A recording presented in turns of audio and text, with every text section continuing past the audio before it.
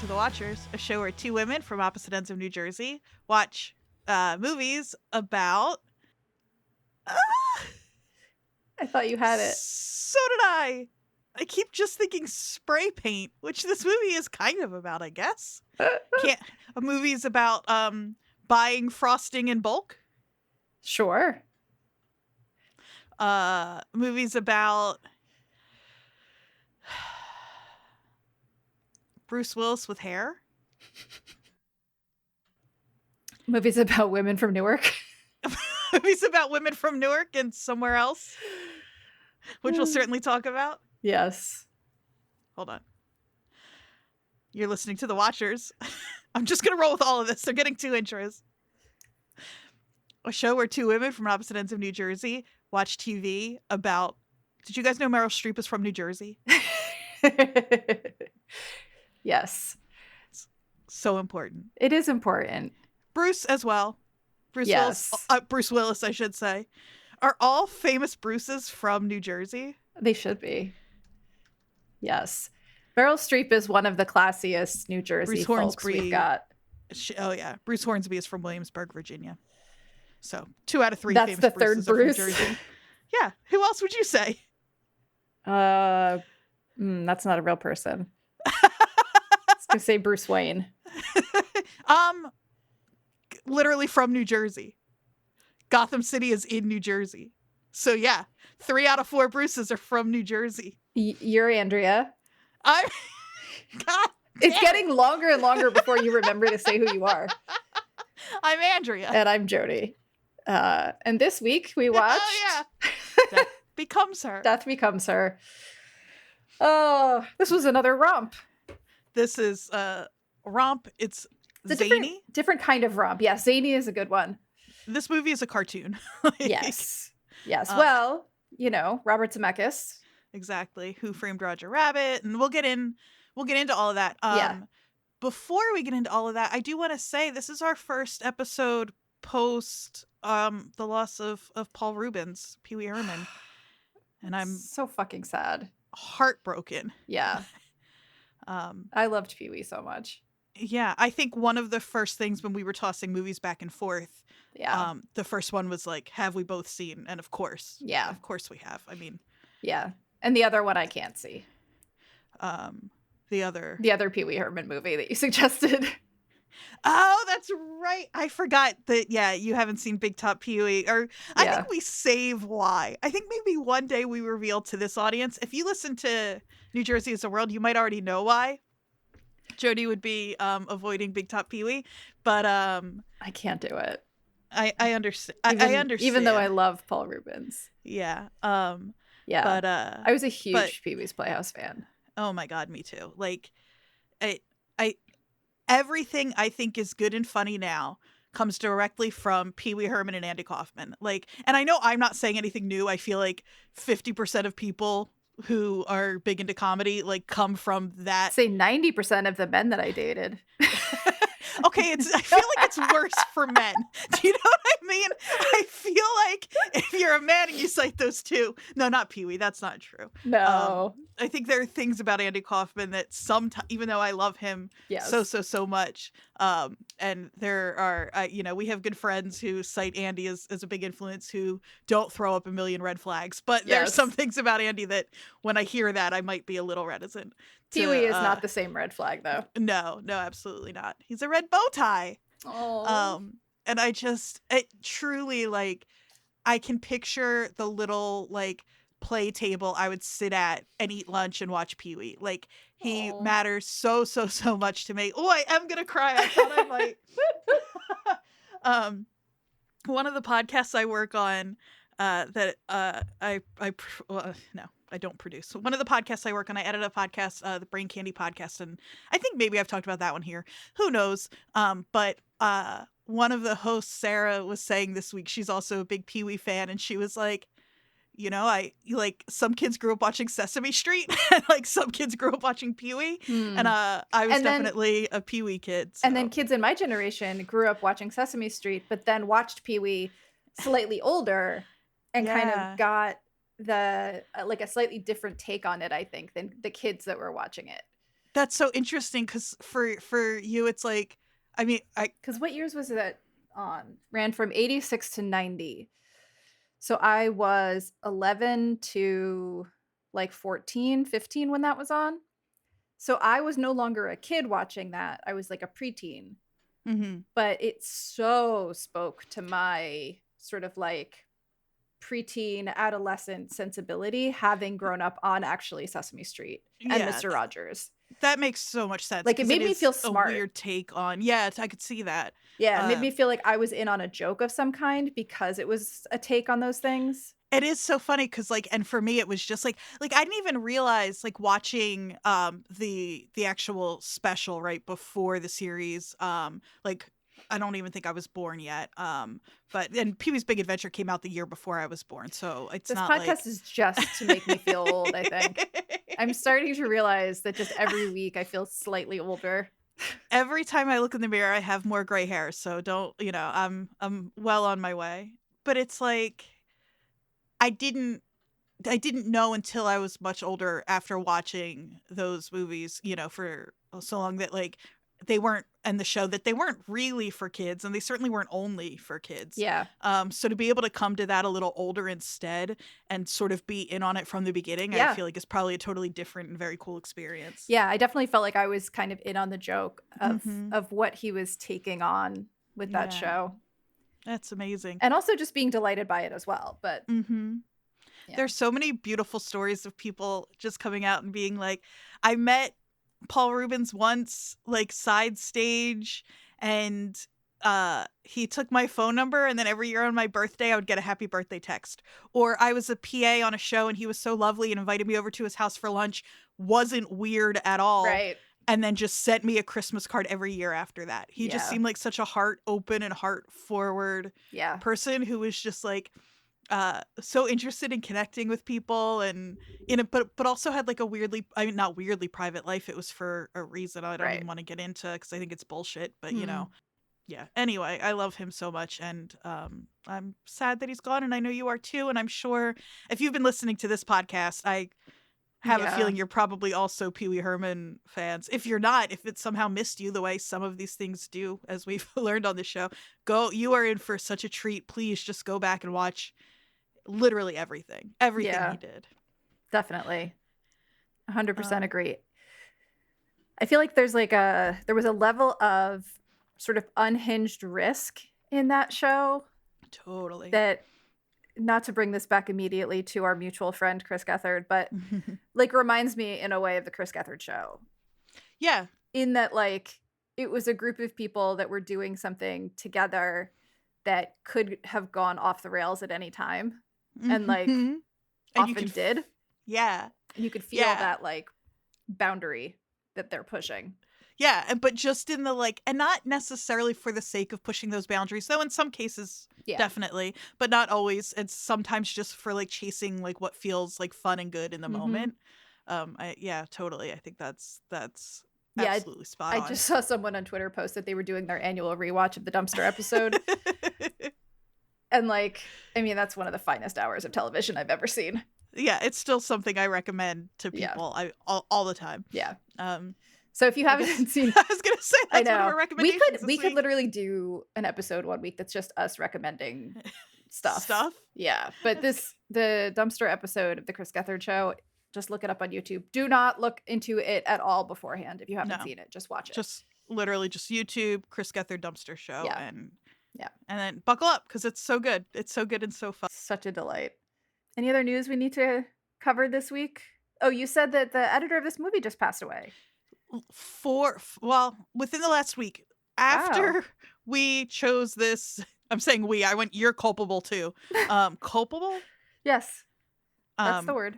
Okay, thank you. You're culpable too. English major. After a long time. Listen, I haven't had to teach an English class in years at this point. Yeah, the editor of this movie, Arthur Schmidt. I don't know if I want to tell people we're recording because they'll know how tight our timeline is. But we're recording on August 13th. He passed away on August 5th. So he did a ton of movies. He worked a lot with Robert Zemeckis, who is the writer and director of this movie, but also Back to the Future 1 through 3, Who Framed Roger Rabbit, Last of the Mohicans, Addams Family Values. Actually, I don't know if Addams Family must be. Addams Family Values for sure. Forrest Gump, The Birdcage, Contact, Primary Colors, What Lies Beneath, Castaway, Jesus Christ, Pirates of the Caribbean, The Curse of the Black Pearl. Most recently, Chum Scrubber, which was 2005. So not in a very long time, but that's the man a huge was, list. Yeah, that man worked. And so yeah, sad timing, but you know, I guess we're here to. I mean, he was almost 90 years old, so it's a good run. 86 years old, yeah. So, you know, rest in peace, Mr. Schmidt. Thank you for working on lots of movies that I love. Yeah. Including this one, Death Becomes Her. So, as we started doing last week, I think it is now my job to summarize this movie. And we started this because I couldn't summarize the last one because I was too excited about every little bit of it. So we'll see how this works. I think I'm just bad at summarizing movies. I don't think it's specific to the ones I pick, but you got this. Okay. I did give myself some notes so that I wouldn't go too far off track. So in case you didn't watch it, we're gonna do a little summary and then we'll talk about it. So Death Becomes Her. 2 old college friends. I assume college because I found some like trivia that said that originally they were supposed to be college friends from Radcliffe. So yeah, I'm already off track. Madeline and Helen, who probably should never have been friends in the first place, fight over a mediocre man. Madeline is a not great actress in her late 30s, early 40s, and Helen is a writer. Madeline ends up stealing Helen's plastic surgeon fiance, leading Helen to a brief stay in a psych ward, which I could talk about for a very long time. Oh, we will. Good. I mean, that's my little niche. We catch up with them 7 years later. Helen has slimmed down and written a book about staying young. And then Madeline catches her younger boyfriend with a woman around his age. She goes to, how do you say her name? Lizzle? I think it's Liesel. Liesel, sure. Because when I was younger, I thought her name was Lisa. Okay, Liesel. A weird Cleopatra type played by Isabella Rossellini, and purchases a serum that will make her live forever and stop her from aging. Helen then convinces Ernest to try to kill Madeline. He pushes her down the stairs, which technically kills her, but not really. And then Helen shows up at the house while Ernest is trying to fix her up because he's now an undertaker, not a plastic surgeon anymore. Madeline and Helen fight. Madeline shoots Helen with a shotgun in the stomach, but also doesn't kill her, which is how we realize that she has also taken the serum. After they realize they have both done it and they can't actually hurt each other, they make up and they try to get Ernest to take the serum so that he can basically like work on them forever. He falls off a building instead of taking the serum, but he somehow lands in a pool and survives, which that to me was the most unrealistic part of this movie. Everything else I could buy, but that was a bit of a stretch. He runs away, and then the final scene is his funeral. I think, what is it, 37 years later? 37 years later, 37 years later, after he's lived a long, happy life. 37. That's another Jersey connection. Try not to suck any more dicks on the way across the parking lot. Actually, I messed that line up. There's no more in there. Try not to suck any dicks on your way across the parking lot. Anyway, sorry. So he's lived a long, happy life, gotten remarried, had a bunch of kids. And we see Matt and Helen in the back of the church sniping at each other. When they leave the funeral, we see they take off their veils. We see their skin is falling off and they're falling apart. They fight over something stupid. They fall down the stairs and shatter to bits at the bottom. End of movie. Do you remember where you parked the car? Right. That's the last line. Do you remember where you parked the car? And it's just 2 heads. And one of them is tapping her fingers, her like disembodied fingers. Just pieces of bodies. Yes. How did I do? Did I do okay? I think you did a wonderful job. Okay. Thank you so much. I've never struggled write it down ahead of time. more to not interrupt, though, only because this movie is so quotable. Everything you said, I wanted to follow up with a quote. Right. It's perfect. Which we did, but from another movie. Yeah. Yeah. Um, For those who wonder why I just brought up sucking dicks, it's from Clerks. I'm not just a random psycho. It's every time I hear the number 37 for the last 20 years, it's oh been my God, in yeah. my brain. It truly didn't even occur to me that somebody 37. might not. Yeah. There's No, there are people out there who haven't seen Clerks, I'm sure. One of the first like local bands that I used to go see play a lot, who I'm so sorry that everything we talk about here does in some way tie back to, I'm only halfway sorry, to Jersey or our Jersey podcast, but friend of New Jersey's Earl Joe Polito, his band when I was growing up was a band called 37 Slurp. Yes, yes, that's right. Yeah. So. No, I do. I have meant to express appreciation to our listeners who aren't from New Jersey, because we do talk about it so much. It's got to be sort of like this part of the podcast where you're like, whatever, I don't know what you're talking about. Yeah, I know. We appreciate you if you're not from Jersey and you still stick around for all this nonsense, because it's... If you are somebody who joined us in the first place because you're a Yellowjackets fan and you're not from New Jersey, you're like part of our like Gold Club listeners. Like, I love you so much. I just cannot imagine having to deal with us without having either of those two things. And it's literally, we can't help it. Like, no. We just can't. Like, I literally just posted a picture of Jersey tomatoes on my Instagram 20 minutes ago. Like, it's just who we are. It's true. It's not an exaggeration. Yeah. I'm so sorry. It's so obnoxious. It's funny too, because think about all of the different kind of people where you're like, oh, you made blah, blah, blah your whole personality. Isn't that nice? And I'm like, I did it too, though. I did it too. Of course you did. Yeah. Okay. So do you want to explain yourself? Tell me why this movie. I mean, I get it, but... I do think more than maybe any other movie I've brought to the show, this one is the most obvious, I think. Probably. Right? Yeah. It's, I think about... the first time I thought about this movie in terms of Yellowjackets was we'd already been talking about what we were going to do in the off-season. Mm-hmm. And in season 2 of Yellowjackets, this isn't really a... Jodie, I'll say it and then you tell me if it's a spoiler and we'll cut it. There's a dream sequence in season 2 of Yellowjackets that is cartoonishly ghoulish. It's that's not a spoiler. What is her name? Christina Ricci? No, Melanie Linsky. Oh, you're thinking of that one. I was thinking of a different one. Oh. You were thinking about Knife Hands. Yeah. I was thinking about the musical number. Oh, that one too. Yeah, in a weird way. Yeah. The sort of like Broadway-ish vibe. Yeah.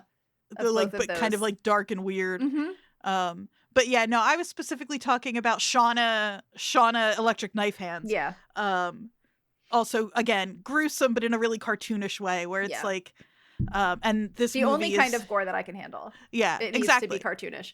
I had a harder time with movie. Yeah, I had a harder time with the early plastic surgery moment where he's like pointing at her eyelids. Yeah, than I did with anything else in this movie. That I was like, I had my hand in the screen blocking it just in case we saw anything. I'm just such a fan of a weird black comedy. I love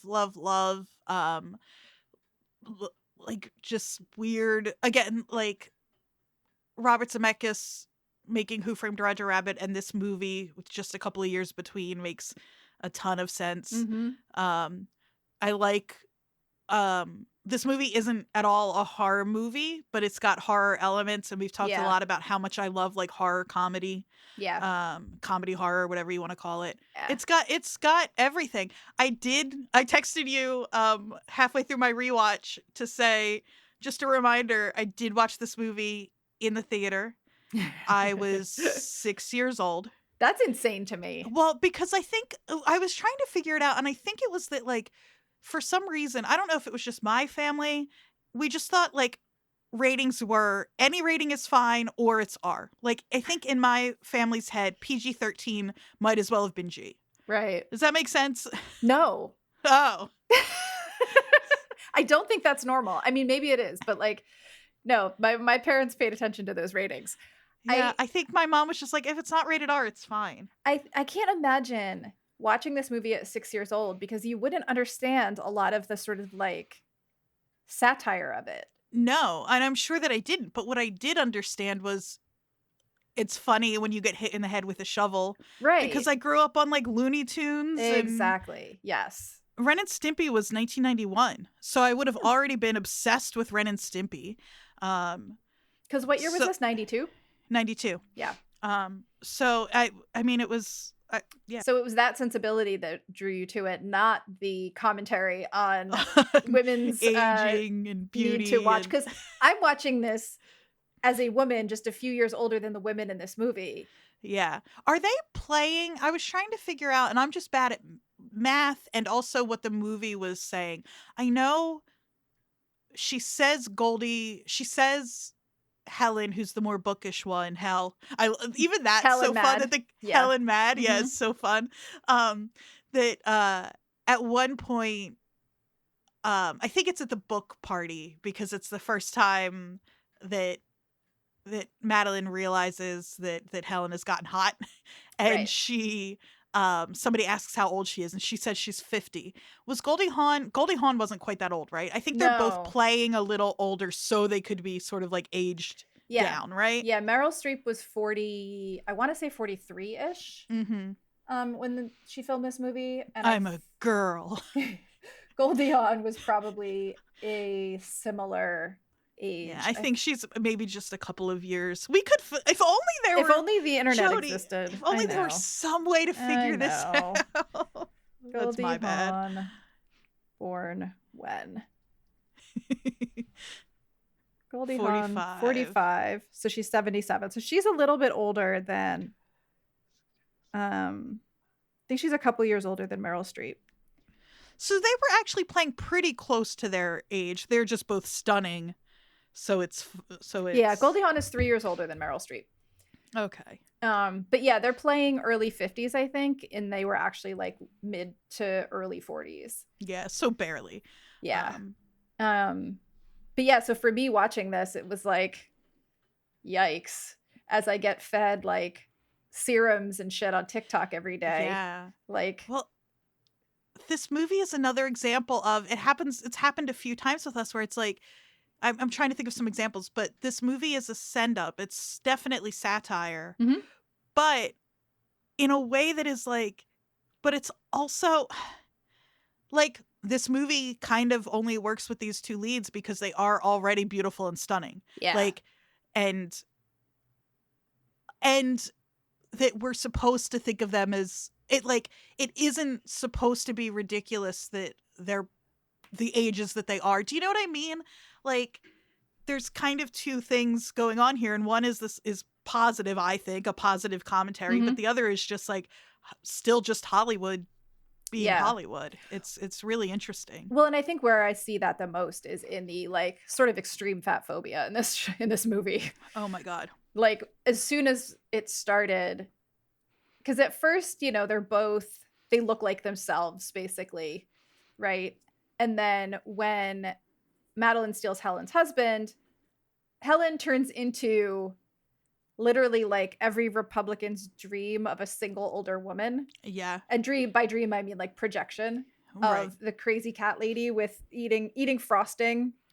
She's buying frosting in bulk. Because she starts out and it's like, there's a little bit of it. Like, if you skip that scene, it's a little bit of like a Never Been Kissed thing where she's bookish. She's literally a writer, but she's wearing like a brown sweater vest. She's got like a pretty like mousy kind of bowl cut. It's not really a bob. Yeah. Mousy is she's a good got word a cat. She has one cat. She has one cat. So you know she's teetering. Yes. Like, one cat leads to many cats. I only have two, thank you. So then it's, it kind of pushes her over. It's really the fat suit in this was like not great. It's convincing, but it's kind of gross. Yeah, the thing about fat suits, this movie for the time, special again, Robert Zemeckis coming off of Who Framed Roger Rabbit, which is revolutionary. Yeah, it's another movie. If you've never seen that, the only reason we're not doing it here is because we've both seen it. But I'm truly obsessed with that movie, and it still holds up in just about every way, and the effects are incredible. And this one too kind of revolutionized special effects at the time. Yeah, it won an Academy Award for effects. Yeah. But yeah, she's eating frosting and surrounded by screaming cats. But my point though is that fat suit is bad, and fat suits, like, I know, quote, like, why they're in movies, but they always, first of all, they always look bad. They never look like a real person. Mm-mm. I mean, all the way up through, I don't really care to talk about it. I didn't even see the movie. Brendan Fraser. I love Brendan Fraser, but I have complicated feelings about all of that. But that, like, didn't that movie get nominated for its effects or its makeup? It did. It looks bad. Yeah. It doesn't. Yeah. And my issue with I don't think that's just a fat suit. I think he put on weight and makeup, and practical, like, effects and makeup, and then also I think my guess is probably some CGI. I don't know if that's true. I don't know either. My issue with it is just that is associated with her psychological state. That it's like, she let herself go. You know, it's such an easy shorthand, and I don't think anybody questioned it. No. In 1992, I'm sure I wouldn't have if I'd watched it then. Yeah, it communicates everything you need it to. Yeah. And even like you said, you said earlier you wanted to talk about this little stretch of time with Helen in. She gets taken away because she gets evicted, and now you want to talk about her stay at the mental hospital. Just briefly, they didn't give us much, but so she's eating frosting. She has a ton of cats. She is being evicted by her super, whatever. They're banging on the door. The cops come in. One of the guys is reading Miranda rights off a card. I didn't notice that. It's his first day on the job.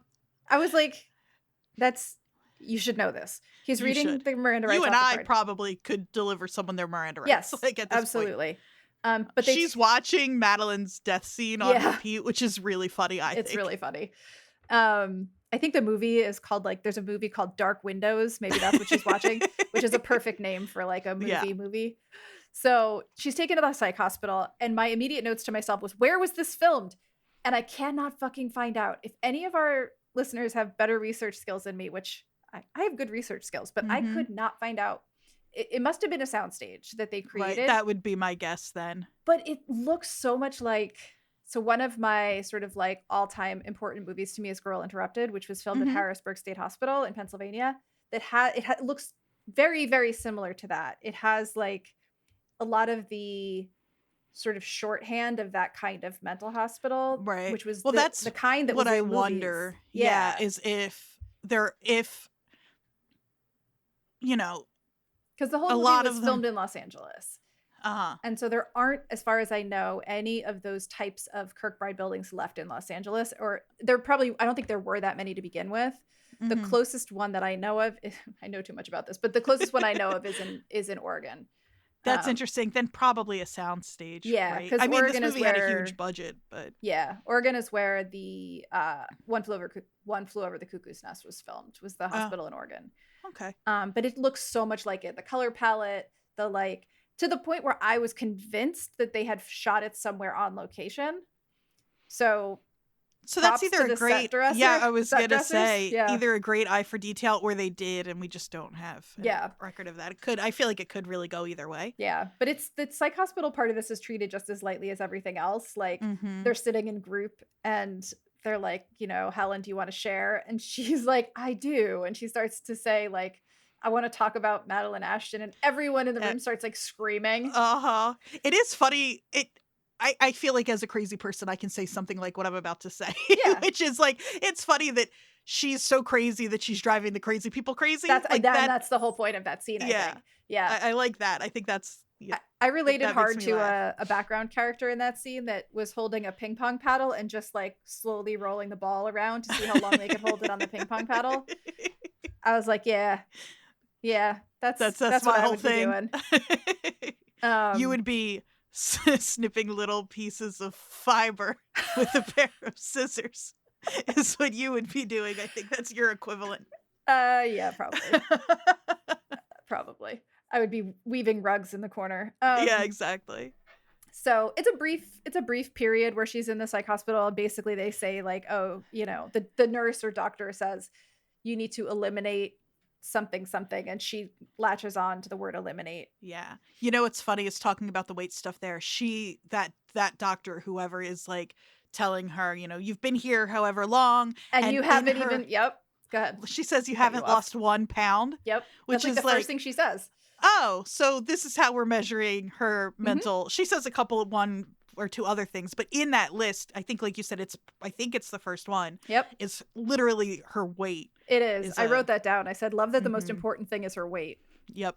Yeah. So so that's then not great. We kind of leave her there and go back to Madeline and Ernest. Yeah, we get one of my big laughs in this movie for some reason tickles me is that another 7 years later. Right. They're like racing through the first 15 or whatever years of this movie. Yep.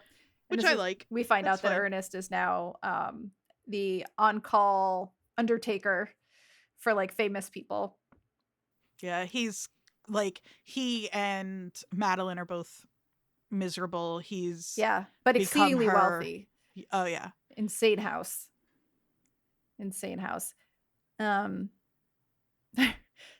So my notes are so insane. He's doing dead people ? Yikes, I hate blood. That's a terrible French accent. Who is this guy? Well, when her boss comes in and calls her out on whatever, she drops it immediately. Yeah. It's a fake accent. Yeah. Which is, again, another funny little, that's what I mean about this being a cartoon. It's not necessary. It's just a silly little bit. And there's They're doing a lot voices of those. and stuff in this movie. It reminds me of other movies that we have talked about, not in this series, but between us, about movies that we both have attachments to, where it's like just the writers are just doing bits and jokes for each other. Yeah. In a way. So like it's very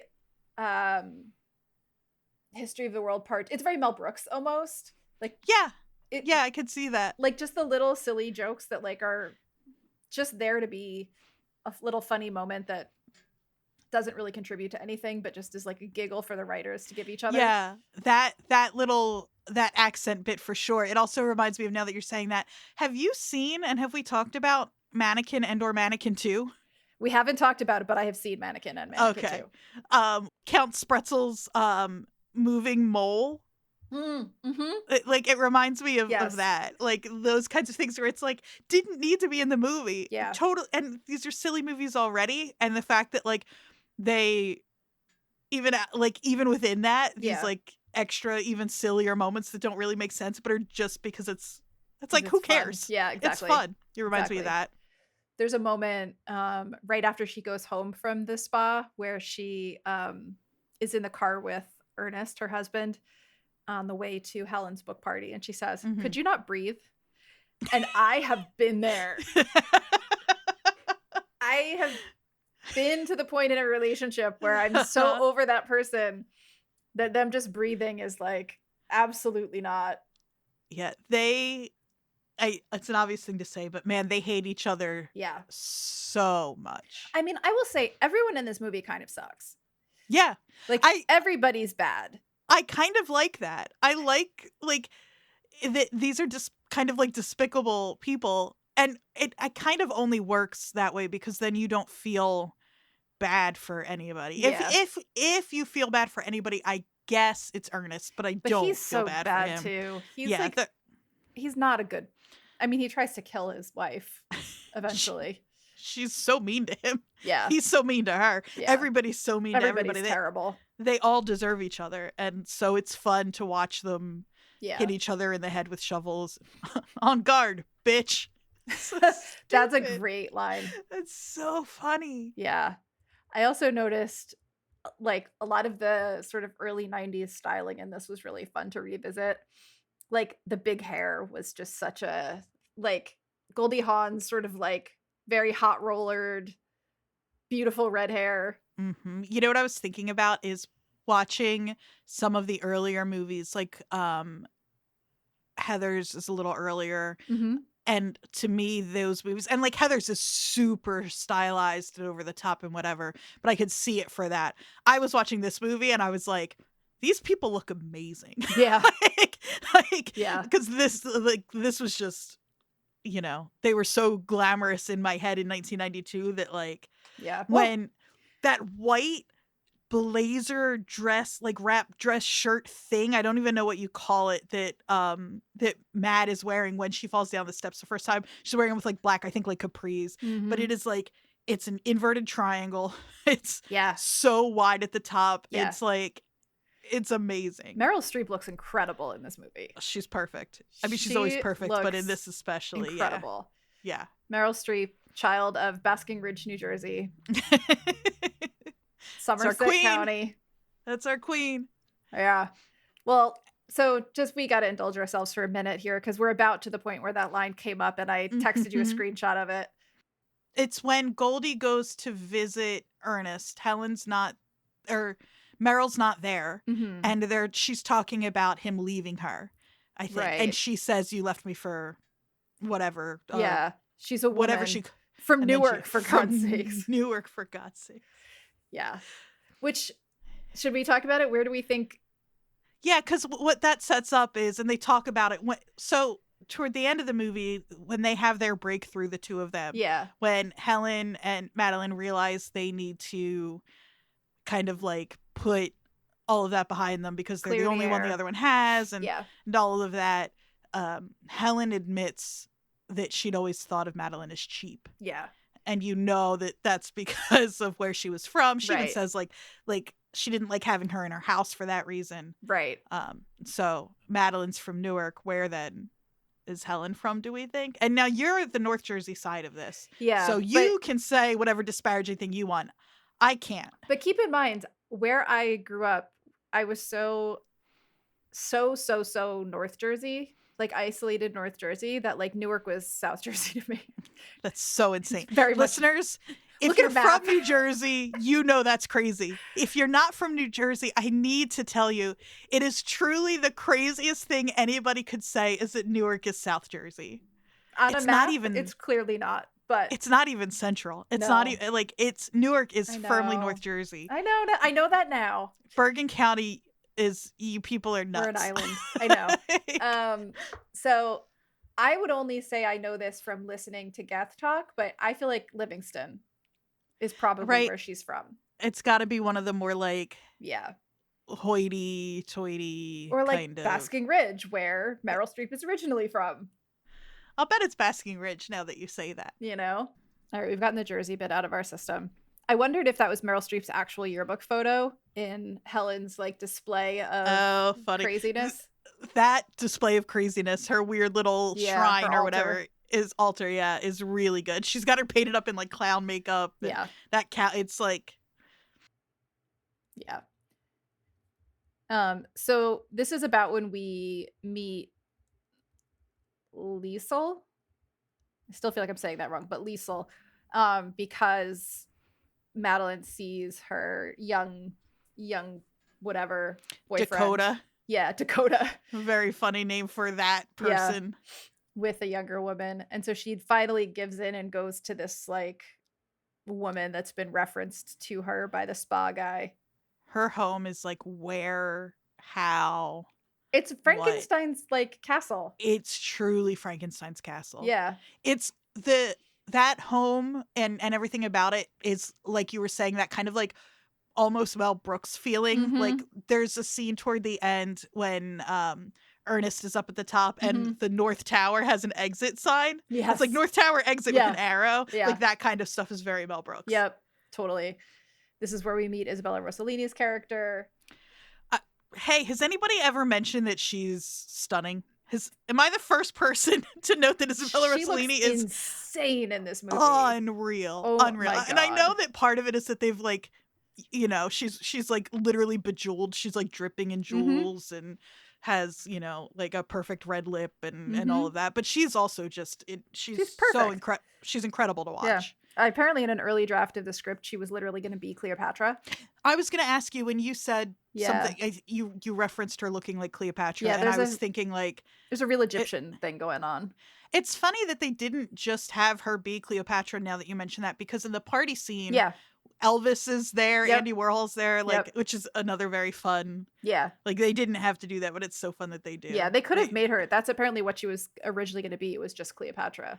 I wonder why they I don't know, because they kept a lot of the Egyptian stuff. Like there's, I think the box has like an ankh on it or something. Also, that box looked like it was from fucking Michael's. I'm sorry. When they pick it up, it's The fabric. supposed to be like golden and like probably heavy, and it's just like whoop, very Yep. light, very like cardboard with spray paint on it kind of box. Yeah. All of that is, again, I'm gonna say it a million times, it's because this movie is just a cartoon. Yeah. Like even the actual potion, the way it's like swirling and illuminated, it Yeah. looks like a little mini lava lamp. Yep.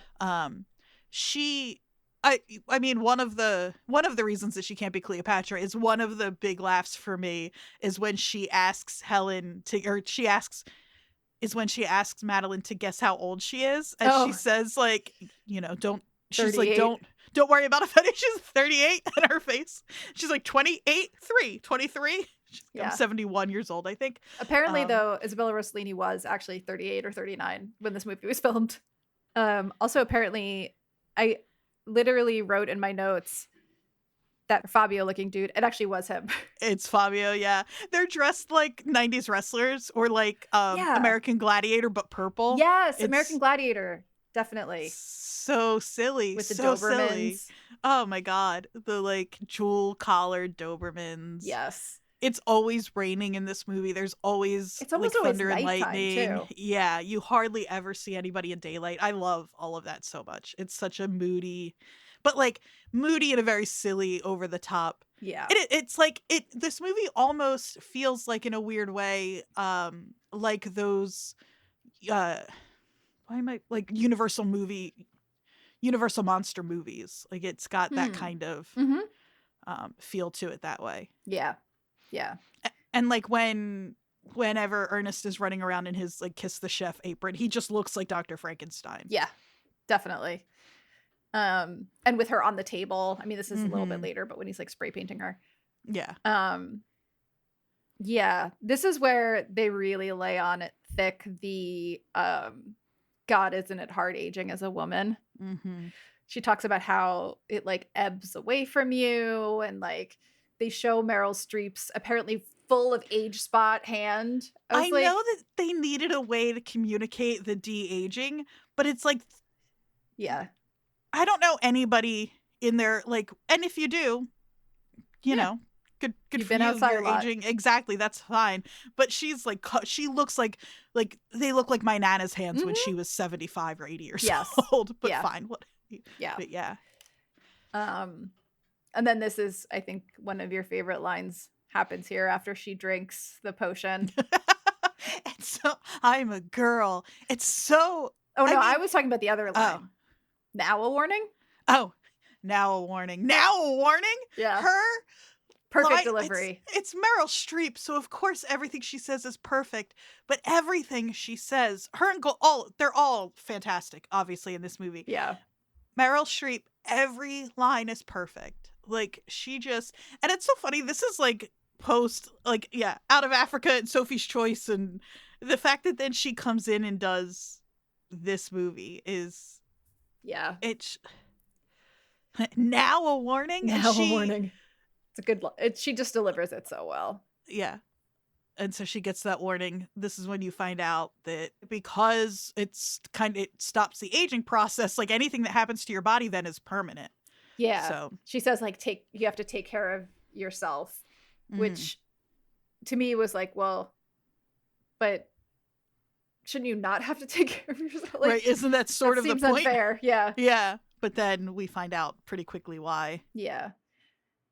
This is also where I realized, so she goes home, she's like de-aged, she looks like she's been photoshopped in real time. Well, they show her looking in the mirror watching it happen. Yeah. And the sound effects are again so cartoonish and silly. Yeah, her butt perks up. Yeah. Her boobs rise. Mm-hmm. Which that I'm a girl line is troublesome. It's funny in the way she delivers it and in the context of that movie, but it is also like, maybe this is overthinking it a little, but it is kind of upsetting to think about the fact that her like status as a girl as opposed to a woman, that's troublesome in its own, but it's also like her tie to femininity, to being a woman, has to do with like beauty and youth. Yeah. That she's like, she was a quote girl, woman, whatever, I'm using them sort of, before, like while her boobs were still like slightly saggier, you know what I mean? It's not even like Meryl Streep at 43 was fucking stunning already. Yeah, but, she was doing great.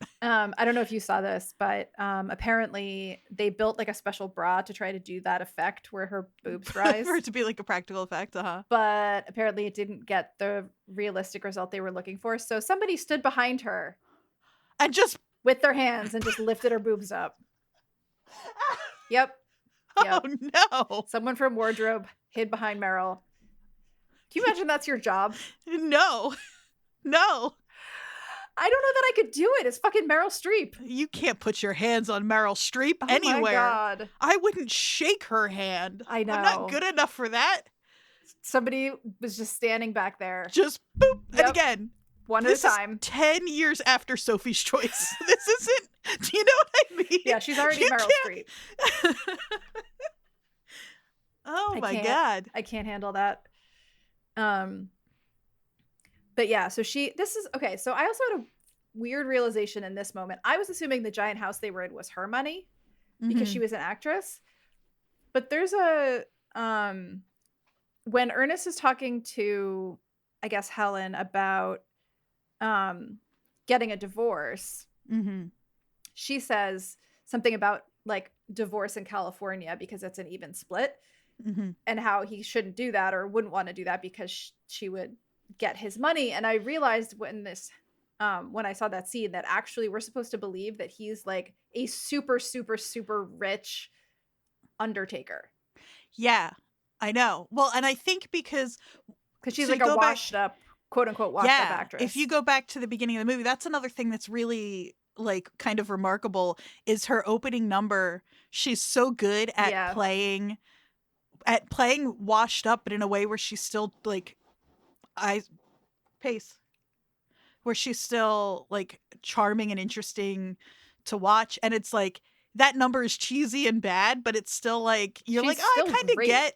Yeah, and I kind of get why the little like do the hustle sample in the middle that's so cheesy and like I wrote down if this is what Broadway was like, I'd like it. Well, and that's like an Ernest being already I forget if he calls her stunning or what. He's but like a super fan though. Yeah, and so it's like you kind of get it, even though that number is so stupid and cheesy. But I think that's another interesting thing is that like all of their money, his money, doesn't come from him being a plastic surgeon, right. Which is what's even more lucrative for him. Yeah, is touching up stars after they've died. Yeah, because everybody's so like image and legacy obsessed. Yeah, right. I think is. Yeah, but this is the point in the movie where we go from like silly to full on like surrealist absurdity, because we get the point where Helen and Ernest are plotting Madeline's death in like a most ridiculous way. That was a very elaborate plot. The one that with the Helen poison describes. in the car and the like Mulholland Drive and all of that. It's very fun the way that's shot because it's happening like on screen, but she's narrating it for us. It's, again, it's a clever kind of way of showing that. Yeah, but instead he just pushes her down the stairs. You sent me a text that was like that fall down the stairs like a ton of bricks or a bag of rocks. I think of rocks. I counted. There are only 20 steps. She actually falls down. I love a movie that's like, does it make sense? No. Is it funny? Yes. Yeah. Go with it. Like this movie just sets it up that it's so fine. It doesn't matter. It is such a good gag that she falls for such a long time. So long. And even she's at the top of the stairs, the way she's teetering does not make sense in terms of physics. No. She's like leaning back for 30 seconds. Completely unbalanced. Boy, does she go down. It's such a good gag. So this is the only part of this movie that I actually kind of knew about, which is like the special effects, sort of like crazy twisted bodies and holes in Goldie Hawn's body because of the cover of this movie came out about 2 or 3 years before I worked at the video store in Jersey. So I saw the cover. You looked at that cover. That box was all over the place. Yeah, I had to reshelve this movie a whole bunch. They kind of hold up. Like you can tell that it's like green screen around Meryl and stuff a lot, but like, yeah, It looks pretty good. It's not bad. For 92, it's obviously was huge. Yeah. But God, I mean, like, if you liked Ernest at all in the beginning of this movie, which I didn't, he's just the worst. He's just the worst. He's like whiny. He's blaming her for everything, even though he could have left her a million times. Mm-hmm. Like, she's a bitch, but he's the like biggest enabler out there. Totally, yeah. He's like she's got her face all right. Like he's obviously still doing work on her up to this point, and yeah. Yeah. So she dies but doesn't. Mm-hmm. She's, I can see my ass. Yeah. Like all of that is so good. Yeah. So they go to the hospital. I know. I don't know what either one of them thought was gonna happen at the hospital. I don't know. I wrote down, can a dead person faint? Because she faints in the hospital and wakes up in the morgue. Yeah. Again, good bit. That's Sidney Pollack, by the way, is the doctor. Yeah. He's great. I'm sorry that this episode is just going to be me being like, oh, another good spot. Oh, and a funny line is when Ernest is drinking from his flask and Sidney Pollack is like, oh, you mind if I take some of that? And they're drinking together. Yeah. I wrote, why are the nuns floating? This is where I started to be like, okay, either this is going to be completely over the top and I don't need to think about reality anymore, or something else is going on, and it turns out I just didn't need to think about reality anymore because the nuns float by for some reason, and it's never explained. It looks funny. They're nuns, and they've got their habits and they're kind of floating because I guess like religious, and because it's like weird, like that's it. Meanwhile, I'm sitting there like, wait, is this? Is he dead? Like you had your Yellowjackets brain on. I was thinking way too hard about it. It was just funny. Maybe they were on roller skates. Who knows? They were floating. It reminds me, it's got like kind of like less fantastical, but still like Beetlejuice vibes. That scene of him going into the morgue vibes. With the 100%. So they go back home so he can fix her with his magic spray paint. Which we know about, I should say, from the book party. He gets recognized by somebody. And secret asks what his and so he tells her that's what his secret is. Also, do you know who's in that scene? He's only in it briefly. He apparently was supposed to be in the movie more, but was cut. Cast to play her agent is Jonathan Silverman. Oh, I did see that he was supposed to be in there, but I didn't. Yeah, I didn't catch him. He's the one who, when they ask like who is that, and he says, yeah, I missed it. One of my favorite lines is in this section where Ernest realizes that Madeline is some sort of like, or thinks that he doesn't know about the serum yet. So he thinks that she's some sort of otherworldly like miracle. And he says, you're a sign, you're an omen, you're a burning bush. I was like, I like that. It's pretty good. I like that. Pretty good. This sparks the big confrontation with the three of them. And we get the scene with the shotgun. This whole movie is really build up to that, and then we just have to have something happen so the movie can end. Like that. Yeah, I very much felt that. I felt like that scene where they on guard, bitch, where they like have a shovel fight. And Ernest can is see like, right through you. Yeah. Oh my God. And all the visual bits. gags and like the two of them deciding to team up instead of like hate each other. Yeah. I felt like that could have been the ending of the movie. The two of them realizing that they shouldn't be fighting each other. They're stuck together because of this. But then there's like a whole other piece of the movie that feels a little tacked on to me, to be honest. I was like, it feels to me like they were like, movie structure. We need one more thing. Yeah. Like this movie needs another beat. And it's fine. It's, It's fine. It felt a little extra, but I wrote, are they in Plato's cave? Because you see the two of them shovel fighting in the shadows. That's right. There's so many, there's so many good visual gags built into this. It's like, they just sat in the writer's room and they were like, what can we, maybe not Yeah. writer's room, but Yeah. like how many can we wring out of this? Because the one shovel breaks, so she's got a spear and she Mhm. throws it, but it passes right through Right. Hell's stomach, and she celebrates. She's like, yes, damn Yeah. it, because it's not what she actually wanted to happen. Right. And then Helen sits on the couch and it comes like perfectly seated, so it comes right through her. Yeah. Also, the scene where Ernest decides he's leaving and he's like got his dartboard. He's like, I'm leaving. I'm leaving. I was like, why is he holding the dartboard? Anyway. It's like it's Yardley Smith packing her marbles. You don't always plan appropriately. No station wagons in this movie, I don't think. No, I didn't see any. It's Los Angeles. No malls in this movie, I don't think. Oh my god, that's sad.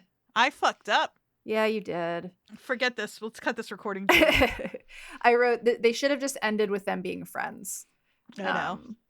But they don't. They go back to Liesl's. Because this movie is kind of a bummer. It's like pretty it's like a dark comedy, but it's also just kind of dark. Yeah. No, I read an article about it that was basically like, this movie is just the bleakest possible view of humanity. But we go back to Liesl's and they're trying to convince Ernest to take the serum so he lives forever, basically to be their worker. Yeah. To keep up their appearances. This is also another one of those little gags. The three men that Liesl has. Dick, Tom, Harry. Yeah. Yep. Yeah. They do switch. The thing that trips me up with that, not trips me up, but I was like, oh, they wrestled over that, is they don't say Tom, Dick, and Harry, which is the order. Yep. So it's like, this is such a small little thing to fixate on, but I was like, I wonder if they went back and forth, like, because the joke is really obvious. It's a silly joke, but that they were like, yeah, but it can't be so obvious. We've got to mix it up a little bit. It's like a very strange choice. But yeah, they're Tom, Dick, and Harry. Again, so silly and stupid. Yeah. And we get this party scene where it's like all of her clients and we get all of the there are so many of them. This weirdly made me think of the Rosemary's Baby ending. Oh, yeah. Where there's like the secret gathering of all the people who are in on the like. And it's people we haven't seen the whole movie. So then you're like, oh, this is a much bigger thing than we realized. Yeah. But this one has like Andy Warhol and Marilyn Monroe and Elvis. Yeah. And so we have their big, this is the thing that has to happen. So fine. And that's what this feels like to me. It just doesn't do a whole lot. No. They go back and forth. And it's like, we've already had, to me, the climax of the movie, which is the two of them confronting each other and deciding to like team up and whatever. But instead we get Ernest running away from them because he realizes that like it's so much bigger than he thinks it is. And this is where we get the scene that you were talking about, where he's up on the roof and he's like trying to get to the other side of the roof where the exit sign is.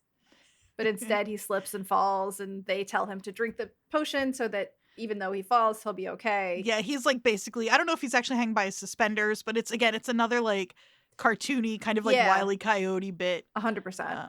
And he drops the potion because he realizes it's going to be the three of them, like you said. Yeah. Which it kind of has been for him all this time, and he's been miserable. Right.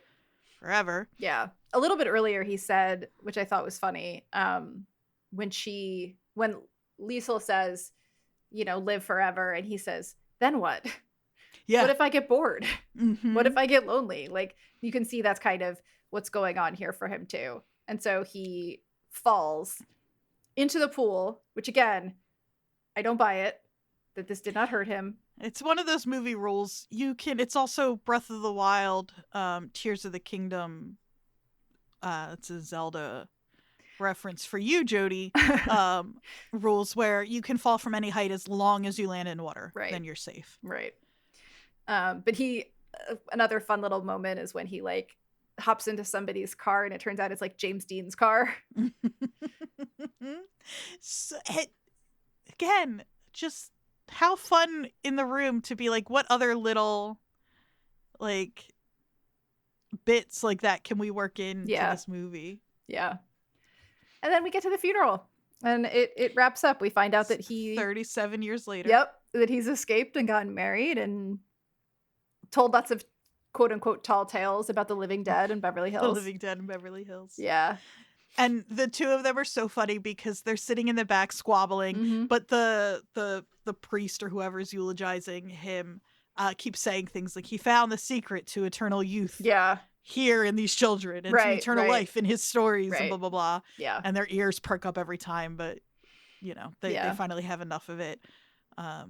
They hobble. There's a lot of physical comedy at the end with their bodies falling apart. Such good silly walks. Yeah. They've each got their own. They like worked them out together to make sure they weren't exactly the same, but you can tell that those bodies are struggling. Yeah.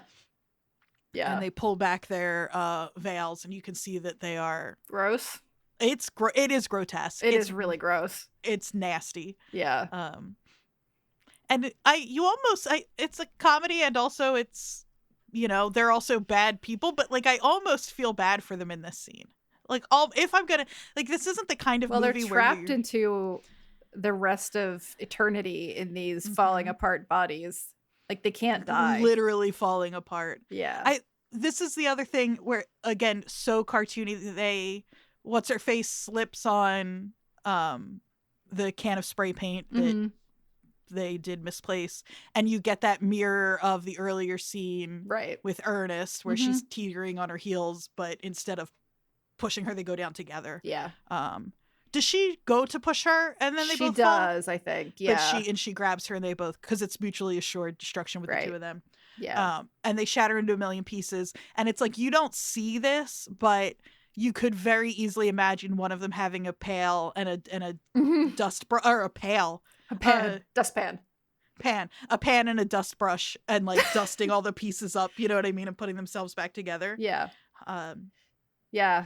No, so in regards to the bleakness of it, like one of the reviews that I read was from Collider.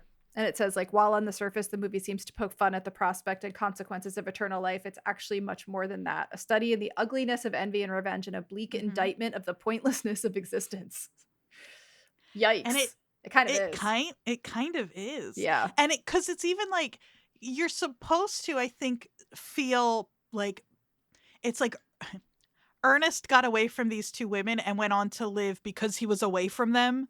Yeah. It's like these women are what made him sort of like, I don't even know what the word is for him, but sort of like empty. And he goes and has this beautiful full life separate from them. Yeah. But in this movie that feels cheesy, and it's only kind of there to like make Helen and Mad, their existence even worse and even more sad. Right. Yeah, like another line of that article was lives become scattered crumbles that even a higher power can't put back together. The message can't get much more unpleasant than this, but Zemeckis has ingeniously packaged it into a nonstop laugh fest. So yeah. It almost feels like it shouldn't work, the thing I'm about to say, but what makes it work is how cartoonish it is, because you don't see any of these people in this movie as real people, so it's fine. Right.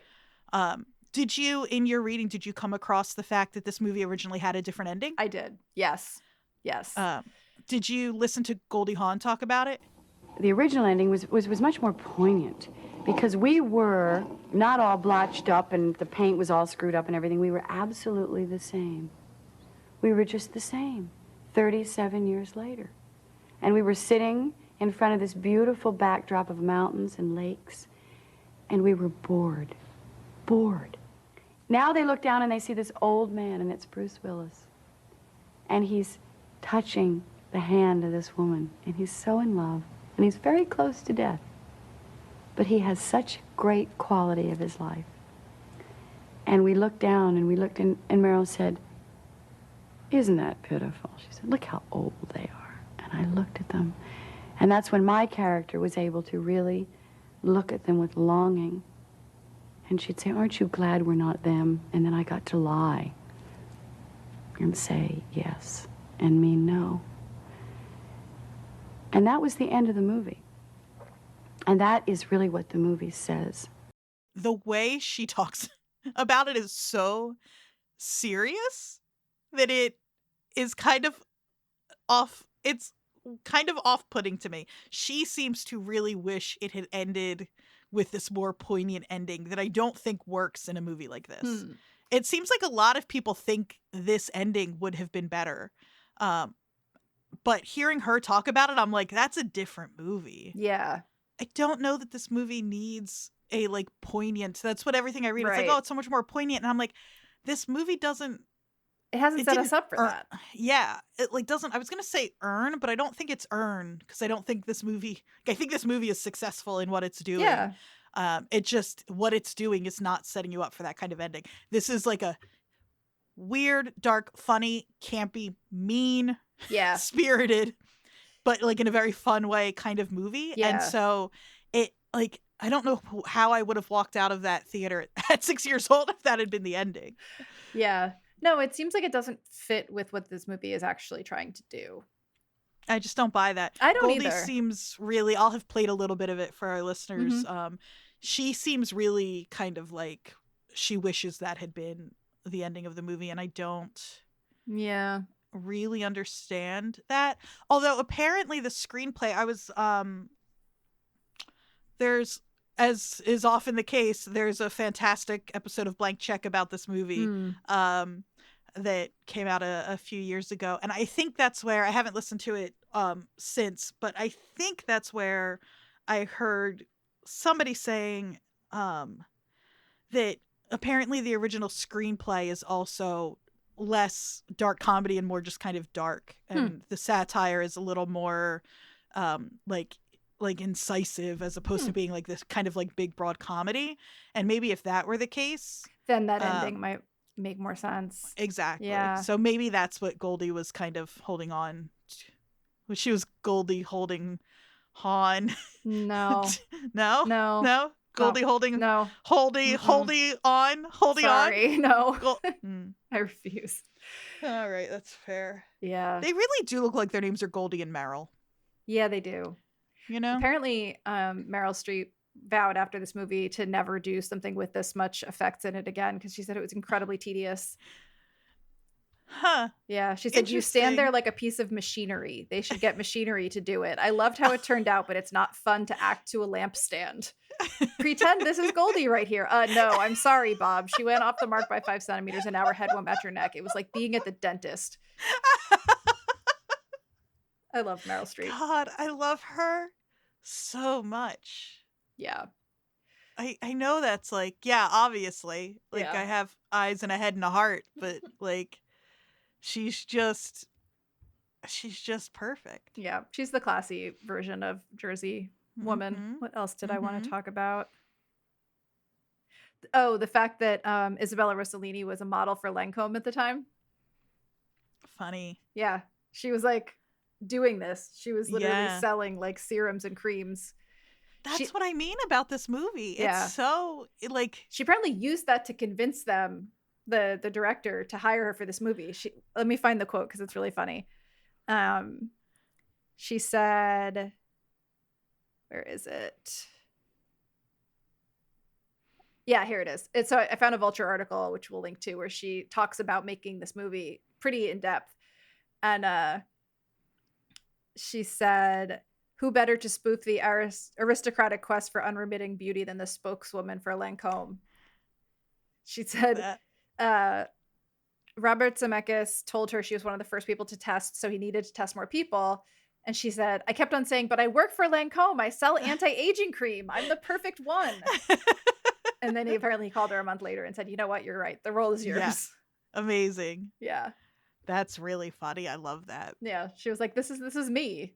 Like, it's perfect. She was right. Yeah. Yeah. That article, actually, we'll link to it.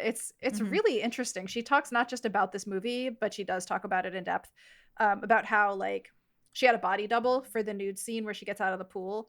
And not because she felt like there was anything wrong with her own body, but that it didn't fit what she envisioned this character would look like.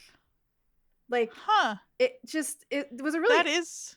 She talks a lot about nudity in photography because she was in the Madonna sex book, and also I think that same year, right? Yeah. Fascinating. So that's a really good article. Yeah, well, we will absolutely link to that. I mean, you did end up making us watch basically a queer movie. Yeah, this movie is absolutely, it's a queer, it's fully iconic for, especially the drag community. Race. Yeah, exactly. It's been, it was a challenge on Drag Race. But did you see the Vanity Fair article? There's a Vanity Fair article that is titled, where is it? Oh, I found it. The gloriously queer afterlife of Death Becomes Her. Do you want me to link it? Yeah, Here, let's link it. Let's link that as well. No, I think it's funny that it kind of like became a cult classic in the specifically in the drag community. Yeah, well, it's when we talk, we're as two like queer cis women, we don't really have like I don't want to speak for the drag community, of course. But what I will say is this is a movie that is, and again, like thinking about, we talked about it a little bit, Meryl saying, I'm a girl. Like this movie is so concerned with like performing woman and performing feminine. Yeah. Yep. And so it totally makes sense. And also that like it's very campy and it's so campy, and they're literally spray painting their faces on, and they're like campy cartoony villains. Like you keep saying it's a cartoon, like Disney villains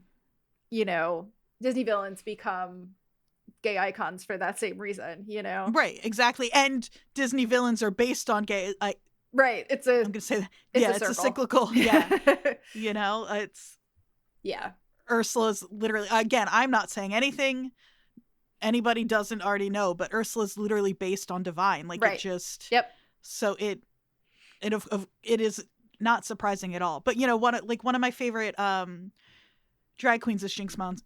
I cannot talk today. One of my favorite drag queens is Jinx Monsoon, and I think is she mentioned in this article? Yep, she certainly is. You can see her, like she plays, I think Jinx actually kind of in and out of drag looks a lot to me like Goldie Hawn in this movie. But she did like a stage show where she plays the Meryl Streep character, I think. Yeah, well, there was a photo shoot where she embodied Streep's Acid Blonde for Death Becomes Her themed photo shoot, and also featured the film at the center of her biographical documentary Drag Becomes Him. That's so funny. So yeah, that's a great article. It kind of breaks the whole thing down into all the different references to the drag community. Apparently, Jinx Monsoon also cited the movie as an inspiration to become a drag queen. I love that. Yeah. Awesome. I don't know. I don't have much else other than as a mid to late 40s woman, I found this a little depressing because it's not just Hollywood that is obsessed with youth. Right. Well, and the other thing too is that the people it's like we punish we punish Madeline and Helen for being obsessed with youth and beauty, but the reason they're obsessed with youth and beauty is because society is putting that on them. So that's like 100%. They're bad people, but they're monsters which is often the case with any monster that society creates, right? So it's hard in that way. Like this movie is kind of a bummer because it's like, and 100%. Again, we're no better, and in a lot of cases we're worse. Like no, in our recent tradition of me reading reviews, there's a Washington Post review that says Meryl Streep and Goldie Hawn battle Mother Nature, the bitch who invented maturity in Death Becomes Her, a film about women by men. It is mostly an expensive way of warning boomer girls to act their age. Oh yeah. Yikes. Yeah.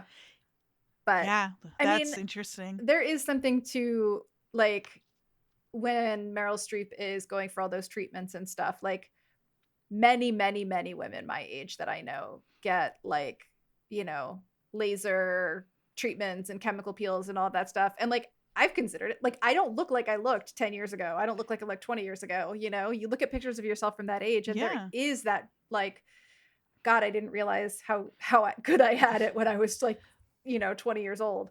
Part of it too is like, our faces are so much more in our own faces now than they were. Like Instagram wasn't. I think about. I'll talk about and fucking this. Zoom meetings. Yeah, and I feel fine saying this on our podcast because they talk about it all the time. But like my hosts on I Don't Get It are all my age or younger than me by several years. I think the youngest one I think is 33 and I think the oldest one is 36 or 37. Forgive me if I'm wrong about your ages. They're not listening. It's fine. But they all are very open and in a way that I like. Yeah. It's like this isn't a judgment at all. I'm just saying what I'm saying is if we're talking about the sort of push for women to be to be concerned with their appearance and staying young and it only sort of being magnified now.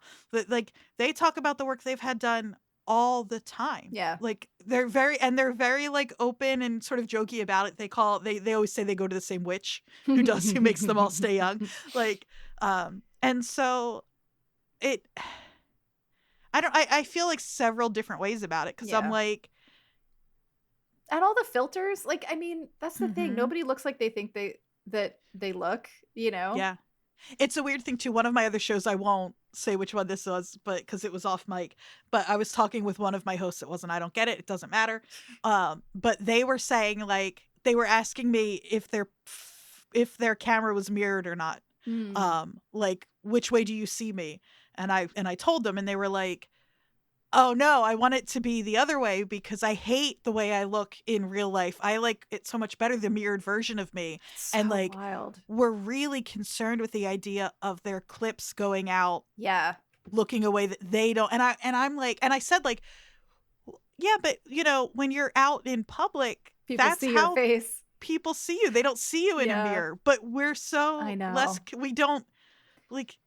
I'm afraid to say this, but I think it's much worse than it was when this movie was out. Like I think so too. I mean, think about, and we're talking about women in particular, but obviously it's not just women. Think about that fucking weirdo billionaire who's doing like plasma transplants with his son's blood. Have you not heard about this? No, I think I have.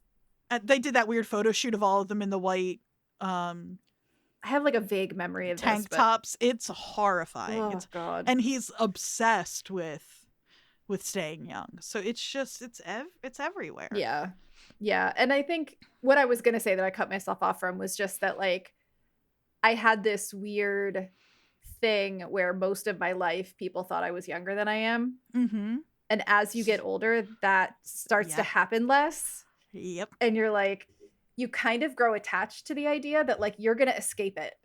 Yeah. You're not going to get that part of the aging process. You're going to stay young forever because everybody talks about how young you look. Well, and then suddenly one day you don't.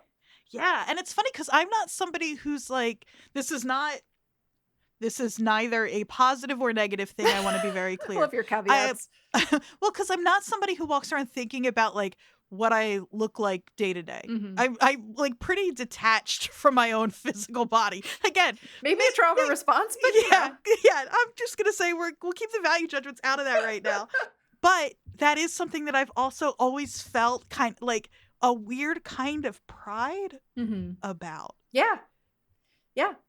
And it happens less and less and less, and it shouldn't matter. Like, and I make podcasts for a living. Nobody ever sees me. Right. Like, I don't.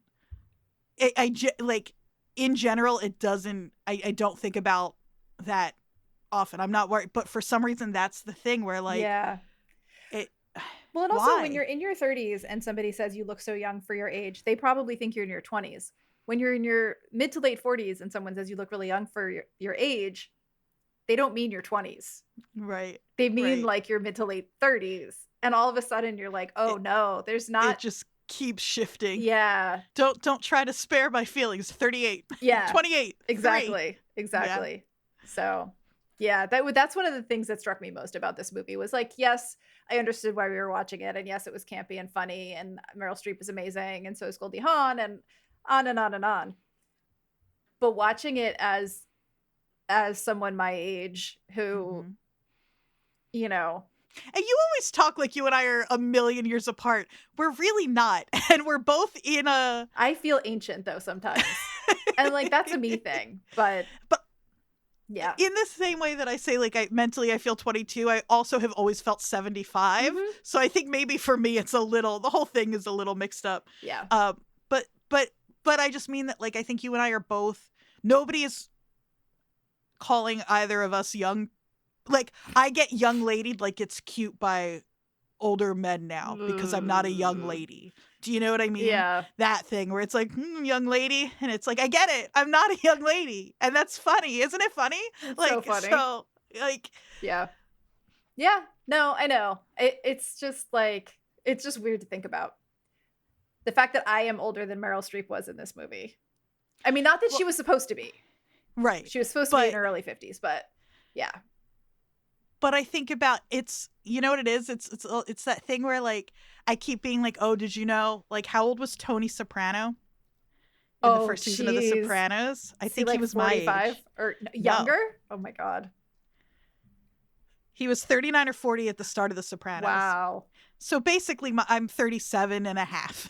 So basically, pretty much my age. And I say that, and I'm like, and what I mean is, isn't that unbelievable? He looks so old. Yeah. But it's like, bitch, so do you.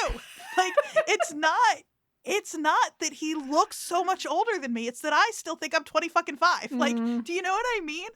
Like, I do, but I also think that, I mean, maybe Tony's supposed to. Yeah. I mean, there's like, Tony's maybe not a great example because he's like, yeah, he's lived a hard life. Yeah, it's James Gandolfini, and he looks like James Gandolfini. Right. Like, yeah. but still, the sentiment is still whenever, like, that happens a lot where it's like, I can't think of another example, but it's like, no, I totally know what you mean. When suddenly you realize that, like, characters in movies that you think of as old are actually playing like your age or younger. Mm-hmm. But it's not that, oh, they were so young. Yeah. And I thought they were old. It's like, girl. Yeah. Like, whenever you have to fill out, like, one of those demographic surveys, like, I remember getting out of that, like, what is it, 18 to 34 yep. little window and being like, bye-bye. Yep. And nobody cares about me anymore. Nope. I know. It really is sort of like, it's a vicious world to age in as a woman. Yeah. Especially as a woman who doesn't follow the prescribed trajectory, like the, married at 27, 2 kids by 32. It's so funny that we are two women who are, like, spiraling out on this, and we are both, like, unmarried, no kids. Like, yeah, like, of course, like, and you know what I'm thinking about too, to bring this back to Yellowjackets, one of the things that we love so much and feel so remarkable about that show is there are older women at the helm of that show who are leads, who are incredible and allowed to be weird and flawed, and they're not all married with kids. Right. Shauna is, she's miserable for it. Right. But I think about too that, like, and they're all beautiful, stunning actors, but how much shit have you seen Juliette Lewis get for not looking like she did when she was 25 years old? Her and Melanie Lynskey for being not a perfect size 2. Yeah. Yeah. No, totally. They get comments on their looks constantly, and they're all, like, ridiculously beautiful. Mm-hmm. And in some ways it's like that backhanded compliment kind of way. Yeah. Where it's like, oh, isn't it incredible that it's like, oh, that they look like women? Like, I know. Like, well, and that's remarkable. Yeah. It's like, it's so complicated. Well, and that's how I've started to feel when people say, oh, you don't look your age, is like, so what you're saying is it would be awful if I did. Because you're giving me a compliment telling me that I don't. And it's like, oh my God, can you imagine if you actually looked your age? Exactly. Yeah. And, like, I don't know, man. I've earned it. Also that. Yeah. Like, it's just, but then still at the same time, you and I both just said that there is part of us that, like, when we hear it. I know. It's that thing of, like, in therapy, it's like your first thought and feeling is kind of like what you've been taught and what you've been kind of conditioned to feel and think. And it's the next one that really matters. And that's what I'm really trying to lean into with a conversation like this. Like, of course, we're going to feel a kind of good feeling because we know that that's what society wants from women as they start to age, is to stop aging. Stop it. But I think that you and I both know that that's bullshit. And so no. But again, both of those things can be true at the same time, and that's okay. Well, let's see how I feel when I hit 50. Listeners, I wonder how much of Jodie and I talking about our gray hair right now I'll have kept in the edit. We'll find out. I know. I'm wondering how much of this is going to make it. Okay, so other than what our housekeeping and setting people up for next week, is there anything about Death Becomes Her that we... How did your overall feeling? Liked it, didn't like it? Liked it. Wished it had ended when they became friends. Yes. Didn't need the last, quarter of the movie, really. But that's fair. Happy to spend time with Meryl Streep and Goldie Hawn and Bruce Willis. Happy to spend time with the three of them. Also, it's kind of funny for me to watch movies from the time period like that were popular when I worked at the video store that my only relationship with is the cover of the movie.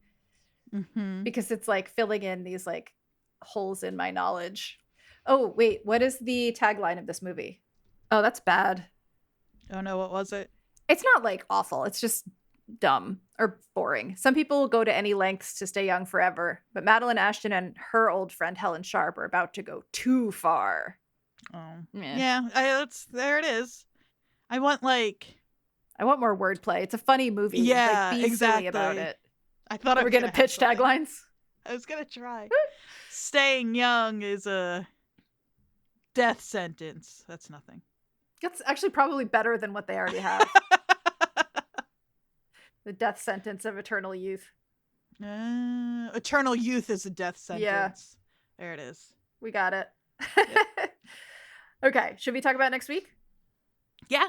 What are we watching? Okay, so we went back and forth about a couple of options. We are going to go back to the 80s. We kind of been creeping into the 90s. We're going to go right back. We are going It's a flashback episode.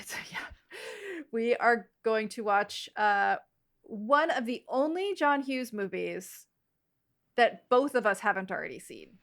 Yeah, it's one you've seen. Obviously it's your week. Yes. I have not seen this one. I don't know why. It's just, again, it's just one of those weird ones that... Well, so there was a period of John Hughes movies where it was kind of a formula. It's a John Hughes movie. Oh, you already said that. I'm so sorry.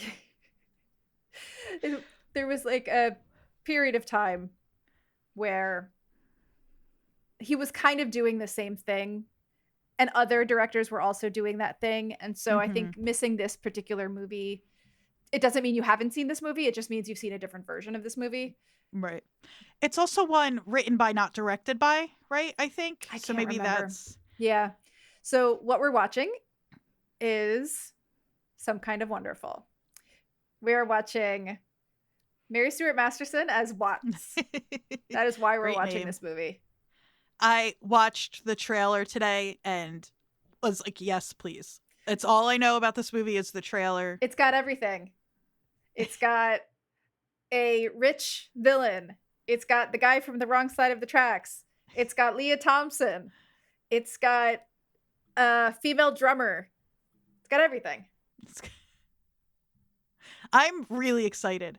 I'm looking and it's really the only one of his, like, unless you count like the Home Alone sequels beyond Home Alone 2, which I don't care about, like Home Sweet Home Alone. Yeah, but the ones that we think of as John Hughes are like, 16 Candles, Breakfast Club, Weird Science, Pretty in Pink, Ferris Bueller. Seen it. Yeah, exactly. Some Kind of Wonderful. Planes, Trains, and Automobiles, seen it. Yeah. Great Outdoors, seen it. These are all ones he's written. Uncle Buck, seen it. National Lampoon's Christmas Vacation. All the Vacation. Yeah. So I'm excited. I haven't seen this movie in a very long time. So if things are in it that don't hold up, which there probably are, apologies.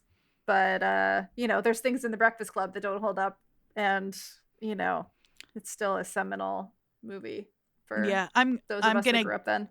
I'm gonna guess if you've seen a John Hughes movie, you probably have an idea of the kinds of things that might be showing up in this John Hughes movie that maybe aren't, you know, don't necessarily hold up for 2023. So keep that in mind. Right. But I'm really excited to rewatch it. I'm excited to watch it. Let's see where folks can find this. Okay, it's on Vudu and Redbox and Apple TV and Google Play for $3.99, on Hulu and on Max. So it's not free. Apologies. That's all right. It's one you'll probably have to pay for. I know local libraries have lots of movies that you can. I haven't looked to see, and I know obviously it depends on where you are, like what your Hoopla or whatever. There are a few different kinds of like apps and stuff, but you might be able to get it for free, either physical or digital, through your local library. I bet you That's can. Something we should start. Again, it's hard to say. We can't say for every single library if that's the case or not. Sure, but lots of libraries have really good movie catalogs. Yeah. Or you can get a subscription to like Canopy through it. Mm-hmm. Yeah, my library has it on DVD. Oh, see, there you go. So go check in with your local library. I think that's a thing. I think I forget all the time about my local library. Yeah. And so I would encourage listeners, check in with your local library and see if they've got their hands on it. And then you can watch it for free. That's awesome. Good point. And something else you can do for free is follow us on Instagram and or Twitter. What at a WatchersPodNJ. Fucking professional. Professional. Yes. WatchersPodNJ. You can follow me on Instagram, Jodie_Mim, M-I-M. It's just my art account. So if you're just here for our takes on pop culture. Your art account. It's just my art account. There's so much cool stuff on Jodie's art account. So much cool art on Jodie's art account. Whatever. I'm at AQ Andrea Q. It's a mess over there, but feel free to join me. Lately, it's been a lot of Fallout Boy. I'm so sorry. No, I'm not. No, you're not. And dog photos. And cat photos. And pictures of my terrible cats. Yeah. And the 455 podcasts I work on. And I think that's it for us. Yeah. You've been listening to The Watchers. I have been Andrea. And I am still Jodie. And we will see you next week in the 80s. See you there.